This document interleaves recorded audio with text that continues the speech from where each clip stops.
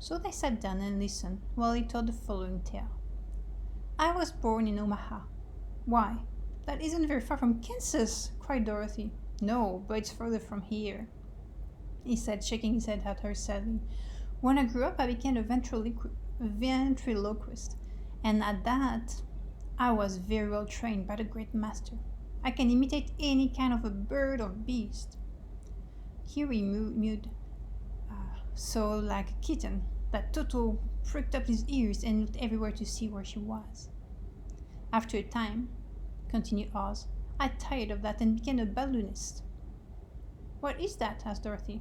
A man who goes up in a balloon on circus day, so as to draw a crowd of people together and get them to pay to see the circus, he explained. Oh, she said, I know.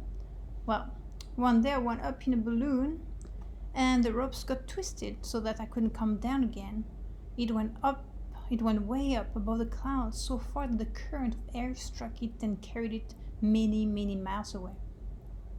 For a day and a night I traveled through the air, and on the morning of the second day I awoke and found the balloon floating over a strange and beautiful country. It came down gradually, and I was not hurt a bit. But I found myself in the midst of a strange people who, seeing me come from the clouds, thought I was a great wizard. Of course I let them think so, because they were afraid of me and promised to do anything I wished them to. Just to amuse myself and keep the good people busy, I ordered them to build this city and my palace, and they did it all willingly and well. Then I thought, as my country was so green and beautiful, I would call it the Emerald City. And to make the name fit better, I put green spectacles on all the people, so that everything they saw was green. But isn't everything here green? Asked Dorothy.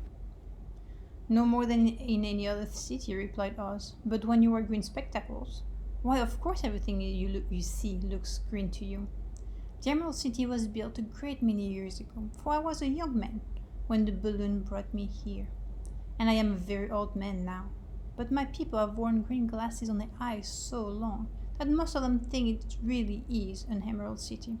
And it certainly is a beautiful place, abounding in jewels and precious metals, and every good thing that is needed to make one happy. I have been good to the people, and they like me, but ever since this palace was built, I have shut myself out and would not see any of them.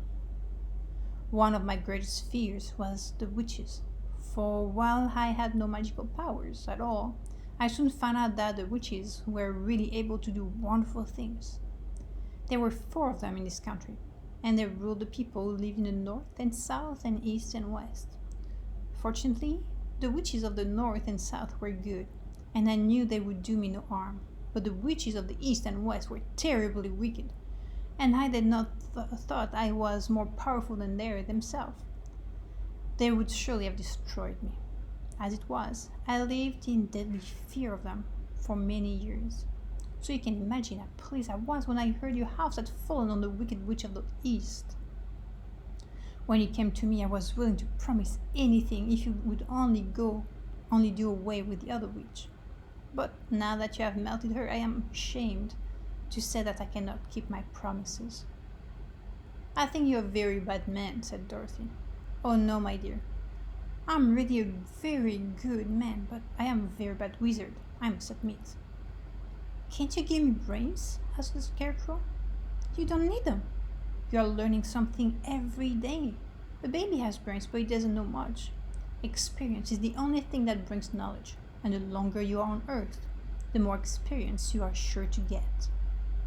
That may all be true, said the Scarecrow, but I shall be very unhappy unless you give me brains. The false wizard looked at him carefully. Well, he said with a sigh, I'm not much of a magician, as I said, but if you will come to me tomorrow morning, I will stuff your head with brains. I cannot tell you how to use them, however. You must find that out for yourself. Oh, thank you, cried the Scarecrow. I'll find a way to use them, never fear. But how about my courage? Asked the lion anxiously. You have plenty of courage, I am sure, answered Oz. All you need is confidence in yourself. There is no living thing that is not afraid when it faces danger. True courage is in facing danger when you're afraid, and that kind of courage you have in plenty. Perhaps I have, but I'm scared just the same, said the lion. I shall really be very unhappy unless you give me the sort of courage that makes one forget he's afraid. Very well, I will give you that sort of courage tomorrow, replied Oz. How about my heart? Asked the Tin Woodman. Why, as for that, answered Oz, I think you are wrong to want a heart. It makes most people unhappy. If you only knew it, you are in luck not to have a heart. That must be a matter of opinion, said the Tin Woodman. For my part, I will bear all the unhappiness without a murmur if you will give me the heart. Very well, answered Oz meekly. Come to me tomorrow and you shall have a heart. I've played wizard for so many years that I may as well continue the part a little longer. And now, said Dorothy, how am I to get back to Kansas? We shall have to think about that, replied the little man. Give me 2 or 3 days to consider the matter, and I'll try to find a way to carry you over the desert. In the meantime, you shall all be treated as my guests, and while you live in the palace, my people will wait upon you and obey your slightest wish. There is only one thing I ask in return for my help, such as it is. You must keep my secret and tell no one I am a humbug. They agreed to say nothing of what they had learned, and went back to their rooms in high spirits. Even Dorothy had hoped that the great and terrible humbug, as she called him, would find a way to send her back to Kansas, and if he did that, she was willing to forgive him everything.